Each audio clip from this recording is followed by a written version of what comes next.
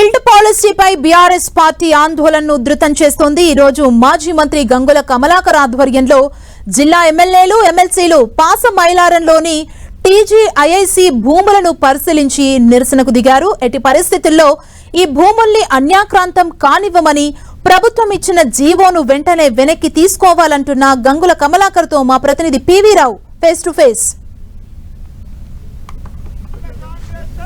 రాష్ట్ర ప్రభుత్వం హెల్త్ పేరుతో ఒక పాలసీ తీసుకొస్తుంది. జీవో 28 ద్వారా ఒకప్పుడు టీజీఐఐసీ కింద ఏదైతే పారిశ్రామికవేత్తలకు అప్పజెప్పినటువంటి భూముల్ని అప్పనంగా మరొకరికి అప్పజెప్తున్నారంటూ టీఆర్ఎస్ పార్టీ గత కొద్ది రోజులుగా హెల్త్ మీద పోరాటం చేస్తుంది.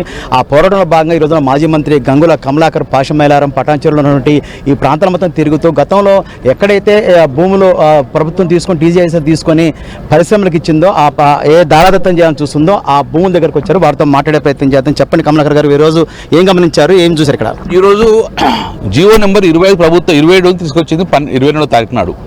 ఈ జియో పట్టుకొని చూస్తే మాత్రం చాలా భయం వేసే పరిస్థితి వచ్చింది.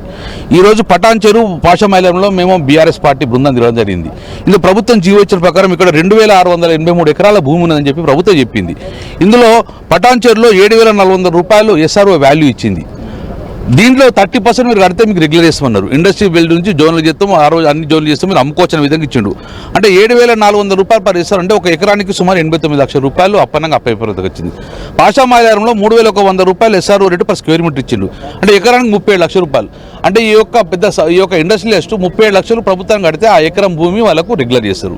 ఎకరం భూమిని ఇమ్మీడియట్ వాళ్ళు సుమారు 40-50-20 కోట్ల రూపాయల భూమిని 30 లక్షలకు అమ్ముతుంటే ఇలా లాలూచి పెట్టుకుని 5 లక్షల కుంభకోణం ఉన్నది.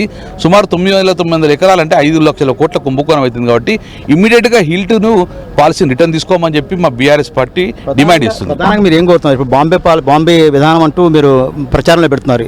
ఆ విధానం ఏంటది? మేము 3 డిమాండ్లు ప్రభుత్వం తీసుకొచ్చినాం. ఈ 3 డిమాండ్లు ఏదో ఒకటి యాక్సెప్ట్ చేయని. ఒకటి, అప్పుడు రైతులందరూ 3,500 రూపాయలకు 3,000 రూపాయలకు ఎకరానికి ప్రభుత్వంకి ఇచ్చింది. మీరు ఇమ్మీడియట్గా ఆ సిక్కి ఇండస్ట్రీ అయితే గిట్ట ఆ రైతులను పిలిచి ఫస్ట్ అదే రేటుకు రైతు తీసుకోమని చెప్పండి. రైతు తీసుకోకపోతే మీరు ఓపెన్ యాక్షన్ పెట్టుకోండి. మీకు ఎక్కడైతే 100 కోట్లకు ఎకరం వచ్చింది, ఇక్కడ 20 కోట్లకు ఎకరం వస్తుంది. ప్రభుత్వం ఖజానాకు పెట్టుకొని ప్రభుత్వం ఉపయోగపడుకో సంశయం కానీ కేంద్ర ప్రభుత్వం ఇన్వాల్వ్మెంట్ ఇది, కోర్టులు ఇన్వాల్వ్మెంట్ అయింది. మేము డెఫినెట్గా కేంద్ర ప్రభుత్వం తీసుకెళ్తాం, ప్రజలు తీసుకెళ్తాం, కోర్టులకు కూడా పోతాం, అన్ని దర్యాప్తు వెళ్తాము.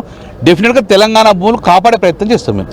ఇదే పరిస్థితి. తెలంగాణ భూములు ఎట్టి పరిస్థితి అన్యాక్రాంతం కానియము. ఏ లక్ష్యంతో అయితే ఇక్కడ భూములు గత ప్రభుత్వం తీసుకొని ఇక్కడ పారిశ్రామికవేత్తలకు ఇచ్చిందో అదే కావాలి, లేకపోతే మొత్తం దశల వారీగా పోరాటాన్ని ఉధృతం చేస్తామని గంగుల కమలాకర్ చెప్తా ఉన్నారు.